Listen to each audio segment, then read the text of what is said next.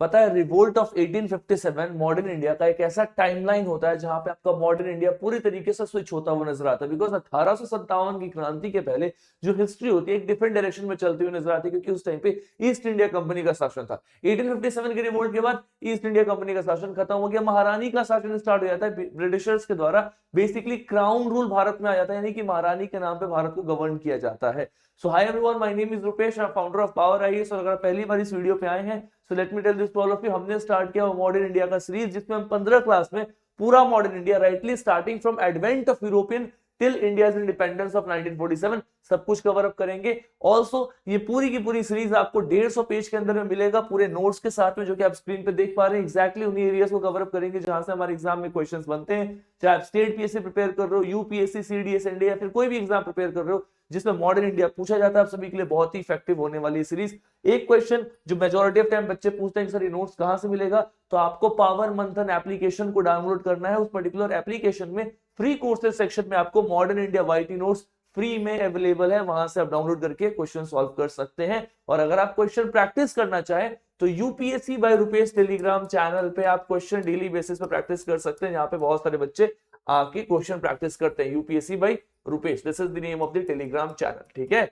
चलो, now without wasting the time let us come back to the topic, that is the revolt of 1857। तो मैंने आपको बताया था कि यूरोपियंस का आगमन, that is advent of Europeans, right, advent of Europeans, यहां से कहानी स्टार्ट होती है, रिवोल्ट ऑफ 1857 पे जाती है। और 1947 जब देश आजाद होता है ना, मॉडर्न इंडिया को इस तरीके से डिवाइड किया गया है। ये जो हिस्ट्री है ये थोड़ी फैक्चुअल है, क्योंकि यहाँ पे फैक्ट्स आपको ज्यादा दिखाई देगा, बट यहाँ पे कॉन्सेप्ट्स भी है। रिवोल्ट ऑफ 1857 से लेकर के 1947, ये 90 साल का जो इतिहास है, ये हमारे एग्जाम के लिए भी बहुत इंपॉर्टेंट है, बिकॉज यहाँ पे एग्जाम ने सीधा क्वेश्चन फ्रेम करता हुआ नजर आएगा।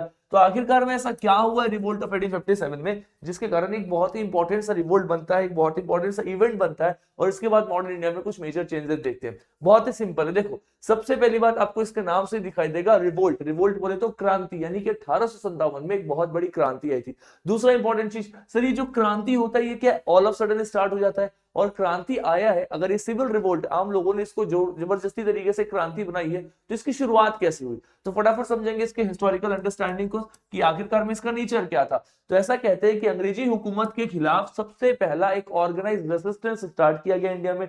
दूसरा, ये 10 मई 1857 से स्टार्ट होता है, कहां से? मेरठ से। देखो एकदम एग्जैक्ट फैक्ट है, आपके बुक में लिटरेचर में कहीं ना कहीं कोटेड होता है, मैंने यहाँ पे स्पेशली कट डाउन किया है so that it is quite easy for all of us to revise this.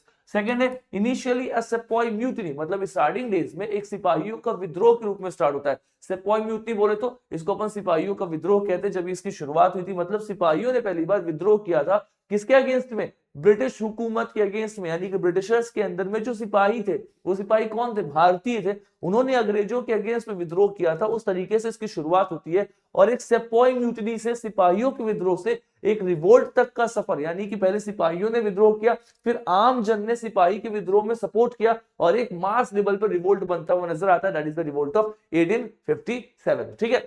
So सेपॉय mutiny से क्या होता है? एक सिविल रिविलियन में ट्रांसफर होता हुआ नजर आता है। ऑल्सो जो लीडरशिप है उस वक्त में बहादुर शाह सेकंड के अंदर में होती हुई नजर आती है। अभी बहादुर शाह सेकंड कौन है? तो ये उस वक्त के मुगल रूलर थे, जिनका नाम क्या था? बहादुर शाह सेकंड। इनके अंदर में इसकी लीडरशिप होते हुए नजर आते हुए दिखाई देगी।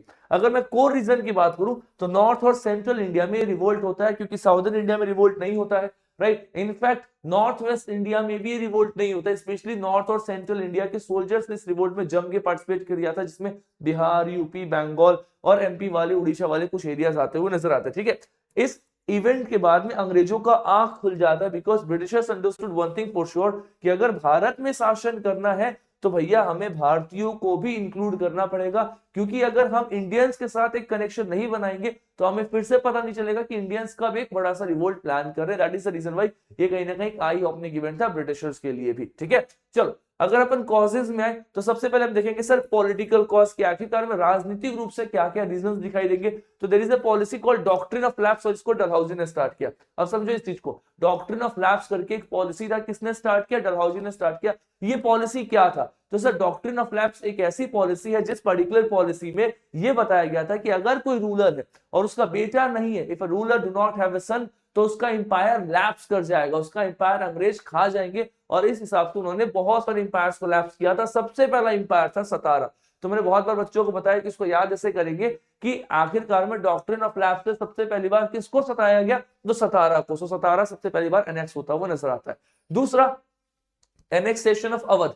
1857 में अवध यानी कि आपका यूपी वाला एरिया, उसको भी अंग्रेजों ने एनेक्स कर लिया था। और पता है क्या बोला कि मिस गवर्नेंस, आपसे अवध गवर्न नहीं हो सकता, क्योंकि अवध एक ऐसा एरिया था, एक ऐसा इंपायर था कह सकते हो, जो बेसिकली किसी भी तरीके से ब्रिटिशर्स से फॉर्मल तरीके से रूल नहीं किया जा सकता था। मतलब ब्रिटिशर्स ने अलग अलग पॉलिसी बनाई, जैसे डॉक्ट्रिन ऑफ लैप्स, कि अगर आपके पास में खुद का बेटा नहीं है तो आपका इंपायर हम कब्जा कर लेंगे। अब अवध वाले एरिया में तो उनके पास खुद का बेटा भी है, सब कुछ है, फिर भी अवध को कैसे एनेक्स कर लिया गया? So on the ground of miss governance, कि भैया आप लोगों से अवध गवर्न नहीं हो रहा, so we are going to occupy this so that we will be governing it according to our wishes. इसी तरीके से बहादुर शाह सेकंड, इनको एक्चुअली में लाल किले में बंद कर दिया गया था, नाम के लिए मुगल रूलर थे, पूरा पावर ब्रिटिशर्स एंजॉय कर रहे थे। तो ये सब पॉलिटिकल रीजन है जिसके कारण लोगों के दिल में एक डिस्कंटेंट स्टार्ट हो रहा था, and they wanted to have revolt. और वो कहीं ना कहीं रिवोल्ट ऑफ 1857 के रूप में दिखाई देता है। जब सिपाहियों ने विद्रोह किया तो आम लोगों ने भी उसको सपोर्ट किया, बिकॉज वो भी कहीं ना कहीं अंग्रेजी शासन से बहुत परेशान थे।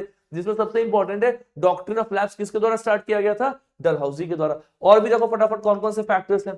दूसरा, loss of real estate and privilege. बहुत सारे जमींदार थे जिनकी प्रॉपर्टी छीन करके अंग्रेजों ने उनको जमींदार से हटा दिया था, अपने जान पहचान के लोगों को ऐसे पद पे बैठाया था, राइट। इंडियंस को बड़े बड़े पोस्ट यानी कि सिविलियन पोस्ट है, मिलिट्री पोस्ट है, जो भी हाई पोस्ट है उनसे इंडियंस को हटा दिया गया, डिस्करेज किया गया कि इंडियंस वैसे पोस्ट पे नहीं बैठ सकते। इनफैक्ट लोकल अथॉरिटी में भी बहुत लोगों की अथॉरिटी उनसे छीन ली गई। तो ऑब्वियस सी बात है सर, पॉलिटिकली अगर आप किसी को कमजोर करोगे तो वो एक ऐसा मौका तलाशेंगे कि आपके अगेंस्ट स्ट्राइक बैक करे जब भी अपॉर्चुनिटी मिले, और उन्होंने किया in the cause of in the revolt of 1857, 1857 की क्रांति के रूप में। The interesting part of this particular revolt is कि शुरू तो हुआ था सेपॉय म्यूटनी के रूप में, सिपाहियों का विद्रोह, लेकिन ऑलरेडी लोगों के मन में इतना कुछ भरा था कि वो फूट करके बाहर आया और एक बहुत बड़ी क्रांति बनते हुए सामने आते हुए दिखाई देता है।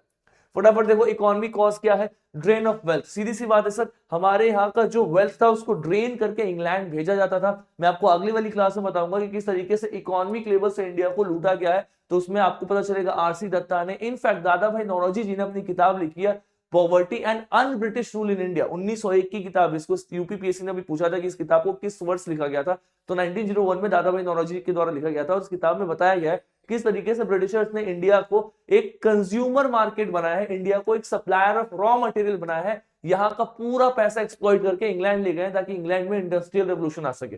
तो ये भी एक रीजन है, लोग इससे नाराज है।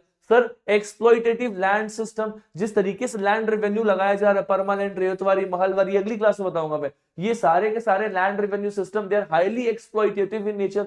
जो किसान है, जो पीजेंट है, उनका शोषण करते हुए नजर आ रहे हैं, है ना। हैंडीक्राफ्ट इंडस्ट्री क्यों डिस्ट्रॉय हो रही है? क्योंकि ब्रिटिशर्स यहाँ का सारा वेल्थ उठा करके अपने देश लेके जा रहे हैं। तो यहाँ पे जो हैंडीक्राफ्ट है, जो बेचारे लोग अपने से कुछ बनाते थे, कढ़ाई, सिलाई, बुनाई, वो सब खत्म होते हुए नजर आ रहा है। और ये सारी चीजें अब इंग्लैंड की इंडस्ट्रीज कर रही है, तो वहां की इंडस्ट्रीज में आपको बूम देखने को मिल रहा है। और क्या दिखाई देगा सर? जबरदस्ती इंडिगो का प्लांटेशन करने के लिए कह रहे हैं, ओपीएम का कल्टीवेशन करा रहे हैं, इनफैक्ट फार्मर्स नहीं भी चाहते तो भी करा रहे हैं। इससे फेमाइन आता हुआ नजर आता है, बिकॉज जो लैंड की क्वालिटी है उसकी फर्टिलिटी गिरने लगती है अगर आप उस पर इंडिगो जैसे प्लांट्स को ग्रो करोगे, और जबरदस्ती ग्रो कराया जा रहा है। जैसे बहुत सारे रीजंस थे जो कि इकोनॉमिक कॉज बनाते, इस कारण एक रिवोल्ट होता हुआ नजर आता है। सोशल रिलीजियस कॉज में देखो तो रेशियल डिस्क्रिमिनेशन है, सोशल कॉन्टेम्प्ट, कहीं ना कहीं रेशियल डिस्क्रिमिनेशन है। मतलब आप इंडियन हो तो इंडियन को प्रमोट नहीं कर सकते बिकॉज आपका रेस गंदा है। इस तरीके से किया गया, बहुत लेवल पर रिफॉर्म्स किए गए। अब ब्रिटिशर्स का भले इंटेंट अच्छा हो कि हम सती प्रथा को हटा रहे, we are abolishing the sati, but कहीं ना कहीं इंडियंस के सामने गलत मैसेज क्यों जा रहा है? बिकॉज इंडियंस ये मानते हैं कि अगर सती प्रथा गलत है तो कोई इंडियन इसको रिमूव करे ना। If Britishers are trying to remove this particular system, it means Britishers are entering in our religious sphere, वो हमारे धर्म में आ रहे हैं। So that is something dangerous for the religion. तो कहीं ना कहीं ये बैकफायर कर जाता है, जबकि कॉज अच्छा था, विडो रिमैरिज होना चाहिए, there should be conditions like widow remarriage, sati को हटाना चाहिए, जो भी इंप्योरिटीज है उसको हटाना चाहिए, लेकिन ब्रिटिशर्स हटाए ये लोग एक्सपेक्ट नहीं कर रहे थे। ठीक है, तो कन्वर्जन का फियर और एलियन रूल एंड सोशल अबॉर्डनेस। ऑफ एलियन रूल कहने का मतलब ये है कि एक मतलब बहुत ही सिंपल सा अंडरस्टैंडिंग है। भारत में बहुत सारे बाहर के विदेशी आकर के रूल करते हैं, जैसे आप मुगल्स उठा लो तो बाबर भी उज्बेकिस्तान से आया था। दिल्ली सल्तनत में भी देखो तो बहुत सारे अफगानी रूलर्स इंडिया में रूल करते हुए नजर आएंगे। बट द पॉइंट इज, जो भी मतलब भारत में आकर के कोई भी रूलर से रूल करता है तो यहाँ के रिसोर्सेज को यहीं पे यूज कर रहा है, यहाँ के पैसे को इसी जगह यूज कर रहा है, यहीं पे अपना लैंड रेवेन्यू सिस्टम ग्रो कर रहा है, आर्मी बढ़ा रहा है। ब्रिटिशर्स का रूल हमेशा से एलियन रहा है, बिकॉज उन्होंने इंडिया को कभी अपना कंट्री समझा ही नहीं। दे ऑलवेज लूट दिस कंट्री बिकॉज यहां से रॉ मटेरियल उठा करके इंग्लैंड भेजा गया ताकि इंग्लैंड में इंडस्ट्रीज को प्रमोट करके इंडस्ट्रियल रेवोल्यूशन बनाया जा सके, और इंग्लैंड से जो भी कुछ प्रोड्यूस हो रहा है उसको भारत में लाओ ताकि भारत के लोग उसको कंज्यूम करें। तो India is treated as a consumer country क्योंकि यहां से रिसोर्सेस इंग्लैंड जा रहा है। So they never treated India like their own country. तो हमेशा से जो ब्रिटिश का रूल था it was like an alien rule. Alien rule बोले तो एक फॉरेन रूल है, कभी वो इंडियन की तरह सोचे ही नहीं, राइट। तो ऐसे बहुत सारे रीजंस है। एडमिनिस्ट्रेटिव और मिलिट्री कॉस्ट में अगर आपको बताऊं तो military is something which we call as the immediate cost, जिसके कारण ये रिवोल्ट बहुत जल्दी हुआ था। तो एक तो एक्सट्रीम सेंट्रलाइजेशन ऑफ पावर, पूरा पावर अंग्रेजों ने अपने हाथ में सेंट्रलाइज किया हुआ, इंडियंस के पास में कोई भी पावर नहीं है। इनफैक्ट वो कल्चर को लेकर के बहुत ही इनसेंसिटिव है और लॉ एंड एजुकेशन में भी वो अपने आप को इंपोज करना चाहते हैं कि ब्रिटिश लॉ और ब्रिटिश एजुकेशन के हिसाब से देश को गवर्न किया जा सके। मतलब इंडिया में जो वर्नाकुलर लैंग्वेज है, जो लोकल लैंग्वेज है जिसमें एजुकेशन होना चाहिए, उसको डिस्करेज कर रहे हैं, something that people never wanted. और क्या दिखाई देगा सर, लैंड रिवेन्यू बर्डन बढ़ा दिया गया है और मिलिट्री के प्रॉब्लम्स आपको पता ही है, पेमेंट कम है, राइट, उनको छुट्टियां नहीं मिल रही, प्रमोशन नहीं मिल रहा और रेशियल बेसिस पे उनके साथ में डिस्क्रिमिनेशन हो रहा है कि ये तो इंडियन है तो गंदा रेस है तो इसका प्रमोशन नहीं होगा, इसको सैलरी नहीं देंगे, उसको बहुत ही इंफीरियर क्वालिटी ऑफ वर्क देंगे। So that is the reason why लोगों के अंदर में डिसकंटेंट बढ़ते जा रहा है। अब ये है लॉन्ग टर्म रीजन कि बहुत लोगों से वो पानी भर रहा है अंदर में, मतलब वो डिसकंटेंट भर रहा है। इमीडिएट ट्रिगर क्या था, what was that thing that give the immediate trigger to this revolt? तो ये है sir Enfield rifle grease cartridge. उस टाइम पीरियड में जो एक इनफील्ड राइफल आया था उसको लोड करने के लिए उसको दांत से चबाना पड़ता था क्योंकि उसके अंदर में ग्रीस कार्ट्रिडेज होती थी और वो दांत से चबा करके वो राइफल लोड होता था। किसी ने ऐसा अफवाह फैला दिया कि वो जो ग्रीस कार्ट्रिडेज है वो काऊ और पिग के फैट से बना हुआ है, गाय और सुअर की चमड़ी से बना हुआ, ऐसे अफवाह फैला दिया गया, which is somehow hurting the sentiments of both Hindu and Muslim soldiers। दोनों ने सर इसको लेकर के रिवोल्ट किया, रिलीजियस आउटरीच आता हुआ नजर आता है और ट्रिगर पॉइंट बनता है मेरठ का अपराइजिंग। मतलब मेरठ वाला एरिया में बेसिकली एक ट्रिगर पॉइंट के रूप में दिखाई देता हुआ नजर आता है। मैं आपको इंपॉर्टेंट टाइमलाइन और डेट के साथ बताता हूं। सबसे पहली बार 1857 में 29 मार्च को मंगल पांडे जी जो बैरकपुर पोस्ट में थे, उन्होंने इसके अगेंस्ट में रिवोल्ट किया, अपने सीनियर ऑफिसर्स को मारने की कोशिश की एंड उनके बदले उस रिवोल्ट को क्रश करने के लिए मंगल पांडे को सीधा एग्जीक्यूट कर दिया गया। He was assassinated, he was killed, right? उसके कुछ टाइम बाद उसी जगह के मतलब मेरठ के 90 सिपाहियों ने रिफ्यूज किया कि हम ग्रीस कार्ट्रिडेज इस्तेमाल नहीं कर सकते बिकॉज ये गाय और सुअर की चमड़ी से बना हुआ है। तो वहां पर उनको क्या किया गया, 85 को तो जेल में उठा कर डाल दिया गया। अब 90 में से 85 लोगों को जेल में डाल दिया कि आपने मना कैसे कर दिया, हमने बनाया हुआ बंदूक आपको यूज करना चाहे किसी भी चीज का हो। So British rule is so harsh that people are not willing to even agree on that part. इससे परेशान होकर के मेरठ में जितने भी सोल्जर्स थे वो सेपॉय म्यूटिनी कर देते हैं और वो मेरठ से उठ करके दिल्ली आ जाते हैं। All they March two Delhi, और दिल्ली आकर के क्या करते हैं, 10 मई 1857 को यहाँ पे बहादुर शाह जफर से मिलते हैं जो कि दिल्ली में क्या थे, लाल किला में एक मुगल रूलर थे। अभी नाम के मुगल रूलर थे क्योंकि जो मुगल का पावर था, अथॉरिटी, प्रेस्टीज वो ऑलरेडी खत्म हो चुका था। बहादुर शाह जफर नाम के रूलर थे यहाँ पे, बट उनको आकर के बोला गया कि हम आपके दिशा निर्देश में एक रिवोल्ट करना चाहते हैं। तो बहादुर शाह जफर चाहते नहीं थे इनिशियल टाइम पे, वो डिलेमा में थे क्योंकि उनको पता था कि अंग्रेजी पावर बहुत ही शक्तिशाली है। अब वो वाला सीन नहीं है कि मुगल्स बहुत पावरफुल, 1857 तक मुगल्स बहुत ही खत्म हो चुके थे। इनफैक्ट मैंने आपको बताया कि बैटल ऑफ बक्सर में मुगल्स को ब्रिटिशर्स ने डिफीट करके उनको कहीं ना कहीं पपेट बनाना स्टार्ट कर दिया था। अभी तक तो मुगल का प्रेस्टीज बहुत हद तक खत्म हो गया, वो फॉर्मल है, नाम के लिए हेड बचे, बट ग्राउंड पे वो पावर नहीं जो आज से 100 साल पहले था, 1757 या 1657 में हुआ करता था। बट स्टिल बहादुर शाह जफर ने मोरल डाउन नहीं किया, उन्होंने बोला कि आई विल सपोर्ट यू, और इस हिसाब से ये रिवोल्ट स्टार्ट होता है। तो पहले एक सेपॉय म्यूटिनी था, सिपाहियों का विद्रोह, लेकिन because of all this factor एक रिवोल्ट में कन्वर्ट हो गया। अब क्या होता है सर, 1857 के जून में नाना साहब जी हैं वो कानपुर से लीड कर रहे हैं, कोई लखनऊ से लीड कर रहा है, कोई झांसी और ग्वालियर से लीड कर रहा है, ऐसे अलग अलग एरियाज में रिवोल्ट स्टार्ट होता हुआ नजर आ रहा है। अपने को सभी के डेट्स याद रखने, बट ये याद रखना है कि ऐसे अलग अलग एरियाज में चीजें हो रही है। ये कुछ मेजर सेंटर्स है जहां पे बेसिकली रिवोल्ट जम के जोर शोर से चल रहा है, जैसे दिल्ली, कानपुर, लखनऊ, बरेली, झांसी, आरा, दैट इज इन बिहार। आपको एक चीज कॉमन दिखाई देगा, यहाँ पे जितने भी एरियाज का नाम मैंने मेंशन किया है ये सब के सब आपको नॉर्थ इंडिया वाले स्टेट्स है। नॉर्थ इंडिया कहो या फिर सेंट्रल इंडिया कहो, नॉर्थ एंड सेंट्रल इंडिया वाले स्टेट्स जिन्होंने जम के पार्टिसिपेट किया, यहाँ के सोल्जर्स ने भी इस रिवोल्ट में जम के पार्टिसिपेट किया। रिवोल्ट अपने को साउथ इंडिया में उस लेवल पे पार्टिसिपेशन में नहीं दिखाई देता हुआ नजर आता है। तो इस तरीके से इस रिवोल्ट की बेसिकली यहाँ पे क्या हो रही है सर, शुरुआत हो रही है। अब मैं आपको कुछ इंपॉर्टेंट से लीडर्स की बात बताऊंगा जहां पे एग्जामिनर कोर थीम बना करके पीवाईक्यूज में आपको दिखते आएंगे क्वेश्चन पूछता है आपसे, एकदम है ना, फैक्चुअल ग्राउंड पे। जैसे कि आपको दिखाई देगा फॉर एग्जाम्पल आप देखो, भक्त खान दिल्ली से आपको दिखाई देंगे, ठीक है, इंपॉर्टेंट से लीडर आपको दिखाई देंगे। बेगम हजरत महल लखनऊ से दिखाई देंगे, काफी बार पूछा गया, बेगम हजरत महल लखनऊ से दिखाई देती है आपको। रानी लक्ष्मीबाई झांसी ग्वालियर से दिखाई देंगी, है ना। नाना साहेब आपको कानपुर से दिखाई देंगे, वीर कुंवर सिंह बिहार से, और तात्या तोप आपको कानपुर और ग्वालियर से दिखाई देंगे। एटलीस्ट लीडर और उनके सेंटर्स को तो अपने को ध्यान में रखना है। कंट्रीब्यूशन तो हम सभी को पता है कि सबने कहीं ना कहीं कोशिश किया ब्रिटिशर्स को रिमूव करने का, उनके रूल को हटाने का, और इनफैक्ट ये सभी ने अपने अपने लेवल पे अलग अलग तरीके से रिवोल्ट में पार्टिसिपेट किया। एक सबसे बड़ा प्रॉब्लम जो रिवोल्ट को फेल होने के पीछे का था वो ये था कि इसमें कोई भी सेंट्रल लीडर नहीं है कि भैया ये केंद्र में एक लीडर है, अब इनकी बात हम सभी को मानना है। जैसे कि आप देखो, जब देश की आजादी का समय चल रहा था ना, तो Mahatma Gandhi ji was the central leader. Gandhi ji जो बोल रहे हैं, everyone is listening to that part, कि महात्मा गांधी ने बोला कि आंदोलन शुरू करो, तो सब लोग कर रहे हैं, एवरीवन इज डूइंग दैट। यहाँ पे वैसा कोई नहीं है, कोई झांसी से लड़ रहा है, कोई ग्वालियर से लड़ रहा है, कोई लखनऊ से लड़ रहा है, कोई बिहार में आरा से लड़ रहा है। So everyone is fighting for his own place and there is no such connection in between these rulers, and that is the reason why it was easy for the Britishers to eliminate them one by one. अंग्रेजों ने इसलिए उनको एक एक करके eliminate कर दिया। अगर ये सब एक साथ एक प्लान, एक स्ट्रेटेजी और एक लीडर के दिशा निर्देश में करते तो शायद रिवोल्ट सक्सेसफुल भी हो जाता। Right, that is the reason why जब महात्मा गांधी जी इंडिया आते और उनको अंग्रेजों के विरुद्ध एक आंदोलन की शुरुआत करनी थी, तो हमेशा वो बोलते हैं it should be with the unity of people, और वो हिंदू और मुस्लिम को बार बार जोड़ रहे हैं, और ब्रिटिशर्स बार बार हिंदू और मुस्लिम को तोड़ रहे हैं, हिंदुओं में भी अपर कास्ट और लोअर कास्ट को तोड़ रहे हैं, because Britishers know this thing, जितना डिवाइड करेंगे उतना तोड़ेंगे, उतना लंबे समय तक रूल करेंगे। That is the policy of divide and rule, जिसके बारे में ब्रिटिशर्स को लेकर के महात्मा गांधी और बाकी लोग अवेयर थे, because they had already read the history of British India.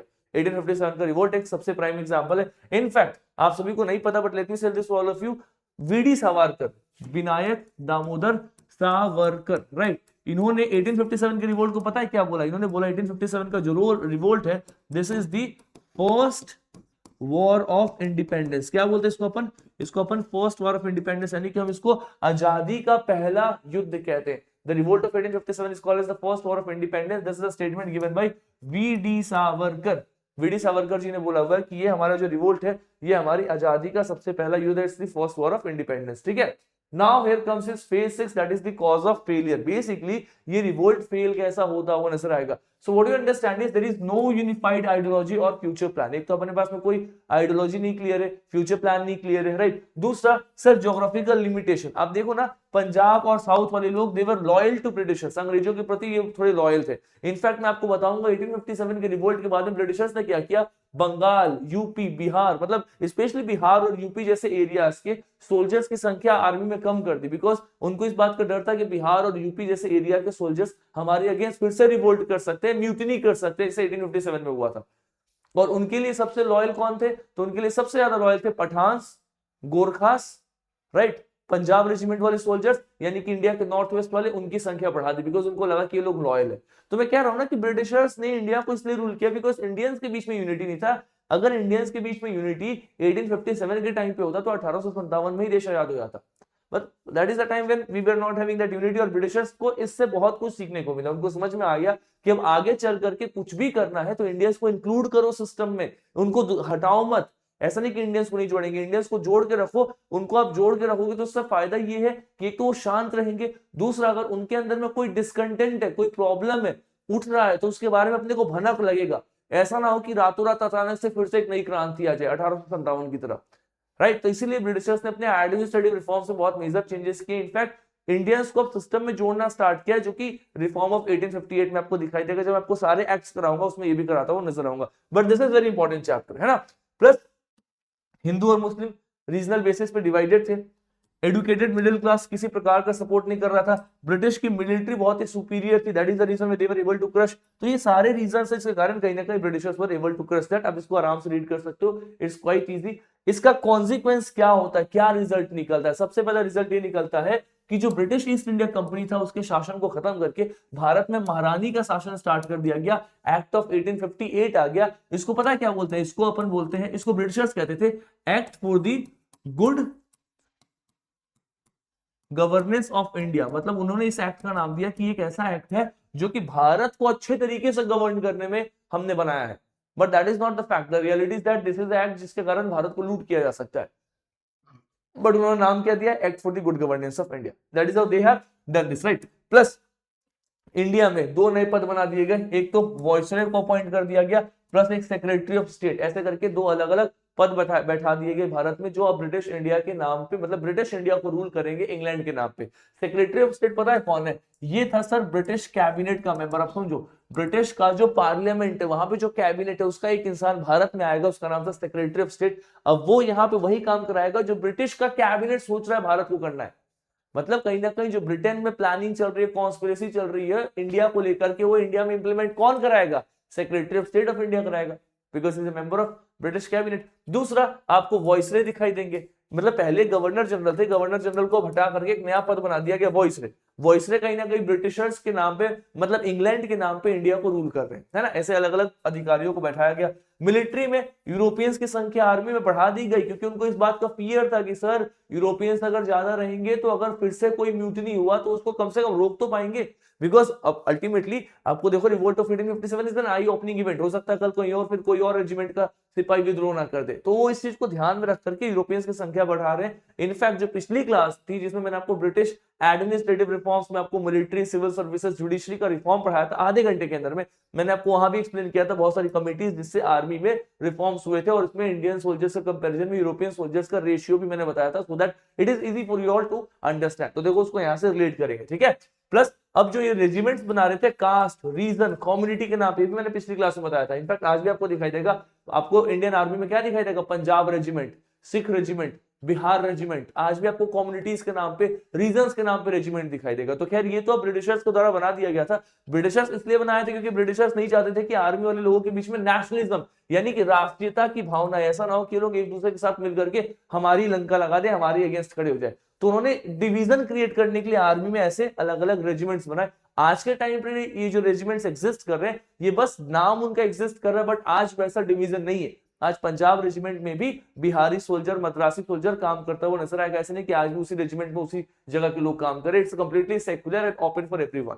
But नाम और काम बेसिकली सब अंग्रेजों ने इस टाइम पे स्टार्ट किया था, ताकि ऐसा कुछ हो ना सके, नेशनल यूनिटी कहीं ना कहीं तोड़ दी जा सके, राइट। अगर मैं एडमिनिस्ट्रेटिव सोशल रिफॉर्म की बात करूं तो sir divide and rule party को इंटेंसिफाई कर दिया गया, मुस्लिम्स को डिस्क्रिमिनेट करना शुरू कर दिया गया। तो मतलब ऐसे पॉइंट्स होते हुए नजर आएंगे आपको। सीधा सीधा फीचर में दिख रहा है सर कि एक म्यूटिनी के रूप में स्टार्ट हुआ था और ये क्या बन गया, ये सब पढ़ाया हुआ है, एवरीथिंग हैज बीन टॉट। अभी फीचर और इंप्लीकेशन तो आप खुद भी समझ सकते हो, बिकॉज मैं आपको ये सारी चीजें ऑलरेडी पढ़ा चुका हूं। म्यूटिनी के रूप में स्टार्ट हुआ, सिविल वॉर बन गया। क्यों बन गया? बिकॉज सिविलियन ने जोर शोर से पार्टिसिपेट किया। क्यों किया? Because there is political reason, economic reason, administrative reason, because of all these reasons people participated. तो ये वाला पार्ट हमने पूरा कवर कर लिया। So it was a failure, भले ये फेल हो गया था, but it was the foundation of organised nationalism.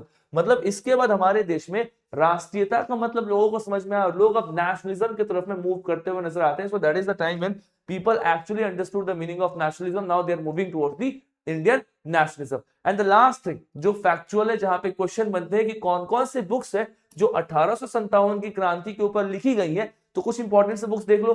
सबसे पहला तो sir India war of independence, इसको वीडी सावरकर साहब ने लिखा है कि ये हमारे देश का सबसे पहले आजादी का युद्ध है। It's the first war of independence, extremely important, काफी एग्जाम्स में पूछा गया, ये आपका प्रीवियस ईयर क्वेश्चन है। अच्छा एक और चीज, इंडियंस बहुत सारे ऐसे दिखा रहे हैं कि हमने ब्रिटिशर्स के अगेंस्ट रिवोल्ट किया। 1857 की क्रांति को एक्चुअली में क्रांति के रूप में दिखा रहे हैं, बट ब्रिटिशर्स, अंग्रेज एक परसेप्शन पूरी दुनिया के सामने बना रही है कि कोई रिवोल्ट नहीं है, कुछ सिपाहियों ने विद्रोह किया था। हम मतलब कुछ भारतीय सिपाही थे, उन्होंने विद्रोह किया, हमने उस विद्रोह को शांत कर दिया। क्योंकि पूरी दुनिया के सामने ब्रिटिशर्स को यह दिखाना है कि हमारी कॉलोनी के लोग, मतलब जो हमारे गुलाम है, वो हमसे खुश है, वो हमारे अगेंस्ट कोई रिवोल्ट नहीं कर रहा, कोई विद्रोह नहीं हो रहा, जबकि एक्चुअल में there was a revolt.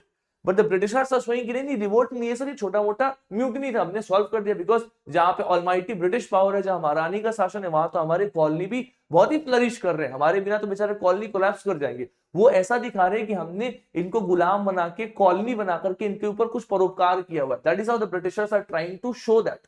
In fact आज भी आप देखो डिबेट में तो उनके स्टेटमेंट्स ऐसे ही आते हैं कि हमने रेलवे बनाया, ये बनाया, वो बनाया। भैया आपने इसको इसलिए बनाया क्योंकि आपको इंडिया को ड्रेन करना था। आपने रेलवे इंडिया में इसलिए नहीं बनाया ताकि लोग एक जगह से दूसरी जगह ट्रेवल करें। Railway was made in India ताकि पहाड़ी एरिया से, जंगली एरिया से जो पेड़ काटा जाए उसको फटाफट कोस्टल एरिया तक पहुंचाया जा सके और पोर्ट्स के द्वारा, शिप्स के द्वारा उसको इंग्लैंड भेजा जा सके। आपका कम्युनिकेशन में जो पैसा लग रहा है वो कम लगे, आप ज्यादा ड्रेन कर सको। That was the purpose. आप इंडियंस को डेवलप नहीं करना चाहते थे, रेदर आप इंडियन इकोनॉमी को लूटना चाहते थे। ठीक है। एनीवेज ये सब पढ़ेंगे हम आने वाली क्लासेस में। That is the reason I am saying this कि आधे आधे घंटे की सीरीज है बट बहुत ही इफेक्टिव है। मैं खुद इसको थोड़ा तेज पढ़ाता हूं बिकॉज आई ऑल्सो बिलीव कि ये हाईली क्वालिटेटिव क्लास होनी चाहिए, इधर उधर की बात ना करे, बहुत इधर उधर की बातें पड़ी हुई, अपने को cut to cut point cover करना है और इंपॉर्टेंट फैक्ट्स के साथ में। कुछ भी आपको एक भी पॉइंट या एक भी फैक्ट आपको इररिलेवेंट नहीं लगेगा, that is guarantee of mind because मैं खुद इसको 2 बार रिव्यू करता हूं। When I get it from the developer, I used to review this before I come to the class. So I make sure everything is covered here. ठीक है, साथ में PYQ लगाओ और कंटेंट फ्री में डाउनलोड करोगे तो 5 स्टार रेटिंग देना मत भूलना, application go. That is something you guys are supposed to do. मतलब क्या ही बोलो आगे, चलो आ जाओ। रिविलियन 1857 अ सिंपोसियम, इसको पूरनचंद जोशी ने कहा है। Indian mutiny of 1857 George Bruce Malleson. देखो देख रहे हो, मतलब ये जितने भी अंग्रेज है ये ग्रेट म्यूटिनी, इंडियन म्यूटिनी, बस विद्रोह दिखा रहे हैं। They are showing this it is just a विद्रोह, बट इंडियन हिस्टोरियंस ने इसको दिखाया है कि नहीं सर ये विद्रोह से बड़ा एक इवेंट हुआ है। And that is how you find the name of this book excavation of truth, जिसको बेसिकली खान मोहम्मद साकिब खान ने लिखा हुआ है। तो ये देखो ये 9 फेजेस जो हमने कवर किए, इन पर्टिकुलर 9 फेजेस में हमने रिवोल्ट ऑफ 1857 के जिन भी स्पेयर्स पे क्वेश्चन बन सकते थे, we have covered all these spheres holistically here. और इसके साथ रिवोल्ट ऑफ 1857 आपका कवर हो जाता है। आप इसके बाद कोई भी किताब उठाओ, कहीं से भी रीड करो, उसमें जितना भी लिटरेचर पार्ट होगा उसको नॉवेल की तरह फटाफट रीड करते जाना। आई एम प्रीटी श्योर जो भी अपन ने कवर किया है 70 to 80% आपके सारे बुक्स के इंफॉर्मेशन फैक्ट्स को अपन ने यहाँ पे कवर कर लिया within this 30-minute series, and this is going to be highly helpful when you read this different books and solve the PYQs. ठीक है, चलो आज की क्लास को यहीं पे रखते हैं। If you are liking the content, do not forget to give your reviews in the comment box so that we can work accordingly, the team can work accordingly. बाकी मिलते हैं अगली क्लास में, तब तक all the very best, God bless you all, thank you so much all of you, thank you so much.